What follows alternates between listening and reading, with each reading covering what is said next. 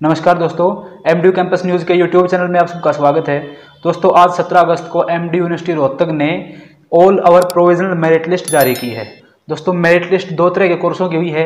एक वे कोर्स हैं जिनका एमडी यूनिवर्सिटी ने एंट्रेंस एग्जाम लिया था, उनके जो एंट्रेंस एग्जाम में जितना स्कोर उनका था दोस्तों, वो स्कोर लिस्ट में दिखाया गया है। दूसरा दोस्तों, जो जिनका एंट्रेंस नहीं हुआ, जो मेरिट बेस कोर्स थे, जो आपके 12th में जो मार्क्स आए थे उसके बेस पे जो लिस्ट लगाई गई है, उनके एडमिशन उस बेस पे होंगे। तो इस तो एक वो लिस्ट लगाई है। तो इस लिस्ट को लेकर भी दोस्तों स्टूडेंट्स के बहुत सारे सवाल हैं कि स्टूडेंट को लिस्ट में पास, प्रोविजनल, दोस्तों प्रोविजनल एक्सेप्टेड, रिजेक्ट, कई तरह की चीज़ें मिल रही हैं। कहीं CC note available, CC required.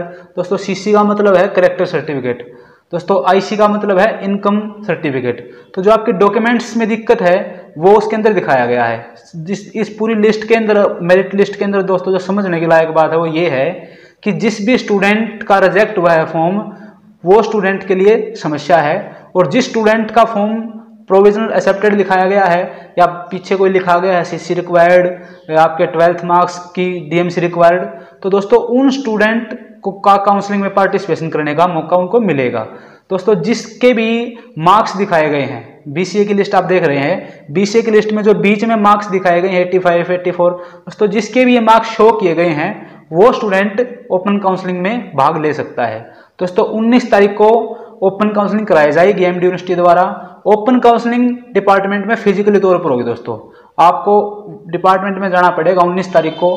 Counselling में दोस्तों जो एमडी यूनिवर्सिटी के जितने भी डिपार्टमेंट है जिसके का आपने फॉर्म भरा है, उसमें जितनी भी सीट हैं दोस्तों, सीट के हिसाब से कैटेगरी वाइज सीट डिस्ट्रीब्यूशन करके, मान लीजिए 80 सीट है, उसमें से all India open general category, Haryana open general category, SC और बीसी दोस्तों, और फिजिकली हैंडीकैप जो स्टूडेंट हैं उनके लिए, और सुपर न्यूमरी कैटेगरी दोस्तों, उसके हिसाब से सीट का डिस्ट्रीब्यूशन करके मेरिट लिस्ट बनाई जाएगी जो 19 तारीख को लगाई जाएगी। उसको पहली मेरिट लिस्ट बोल सकते हैं या फर्स्ट काउंसलिंग भी बोल सकते हैं।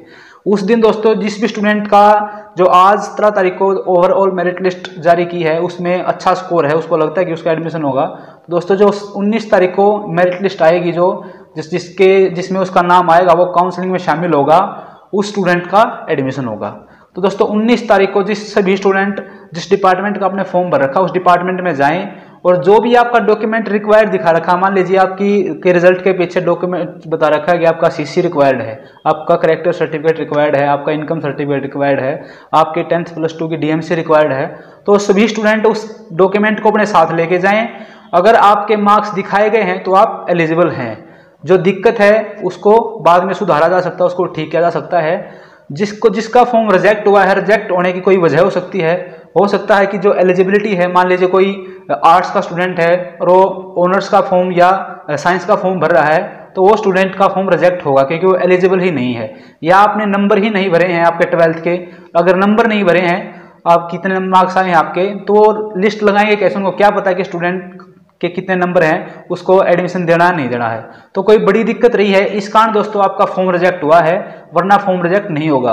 आपका फॉर्म रिजेक्ट तब तक नहीं होगा जब तक आप के जो पीछे दिखाया गया कि आपकी सीसी रिक्वायर्ड है, जो डॉक्यूमेंट रिक्वायरमेंट है वो दोस्तों बताई गई है, कोई बड़ा फॉल्ट है तो फॉर्म रिजेक्ट हुआ है।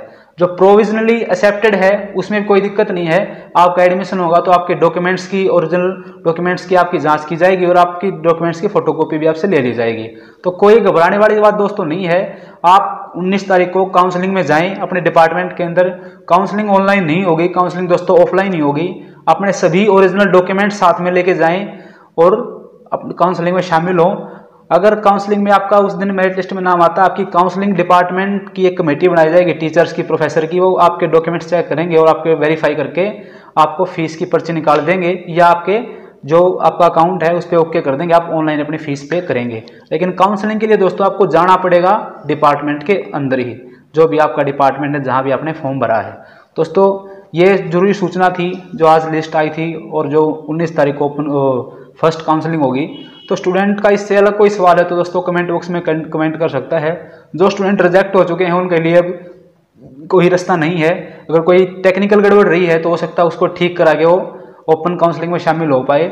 लेकिन जो फर्स्ट काउंसलिंग होगी दोस्तों उसमें उन्हीं स्टूडेंट की होगी जिनका फॉर्म एक्सेप्ट हुआ है या कोई डॉक्यूमेंट्स की रिक्वायरमेंट रहती है वो फॉर्मली तौर पर ठीक कर लिया जाएगा। दोस्तों एमडी कैंपस न्यूज़ से जुड़े रहिए।